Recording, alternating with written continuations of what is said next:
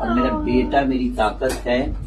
और अच्छा गाइस, एक बात पूछनी है मुझे कि मेरा पहले का बाल अच्छा लग रहा था कि अभी का बाल? आप कमेंट में बताइएगा, जरूर बताइएगा। मुझे तो खराब लग रहा है बाल। लेकिन मैंने इनको बोला कि थोड़ा सा बाल ऊपर रखोगे मेरी तरह तो थोड़ा सा और स्मार्ट लगोगे। मेरे को नीचे अच्छा लगता है। तो आप लोग प्लीज बताना कि ऐसे ऋषभ अभी जो बाल किए हैं, तो आप लोग प्लीज कमेंट में जरूर, जितना कमेंट ज्यादा आएगा उसी हिसाब से ऋषभ का बाल रहेगा और उसी हिसाब से रोज बनाना पड़ेगा।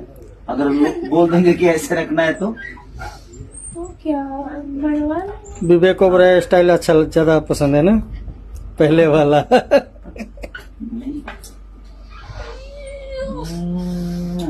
अच्छा, ऐसे बाल लगा के मम्मी के पास जाएंगे तो मम्मी बोलेगा क्या खौरा करके आ गया हो, तुरंत बाल कंघी मार नहीं, देगा। ऐसा नहीं करेगी उन्हें- बोलेगी ना कि पापा की तरफ मेरा बेटा हो गया है।